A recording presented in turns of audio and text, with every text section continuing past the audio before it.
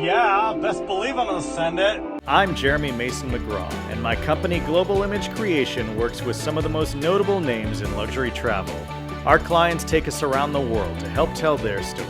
Along the way, we encounter interesting people and experiences that we want to share with you. These are our global adventures. Until the end of the war, Berlin was the main place to make films in Germany. After the war, Babelsberg, the Ufer, was in the Soviet part of Germany. So the film production moved south to Munich, and especially in the 50s, the 60s and the 70s, a lot of big movies were made here in Munich.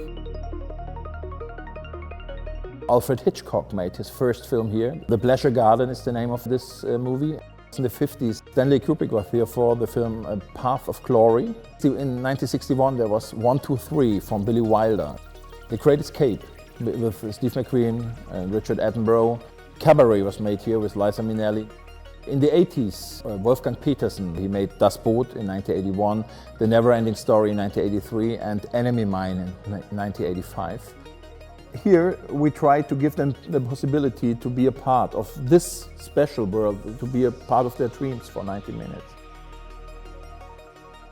15 years or 14 years when I saw Das Boot the first time. It's a fantastic movie. Maybe it's the best movie made here, not only in studios in Germany.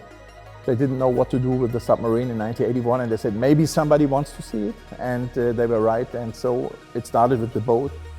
It's an old film, but it's still fantastic, and everybody is coming to our studios to see and to walk through the submarine. The funny thing is, this model was lent in 1980, 1981 when the film was shot in La Rochelle.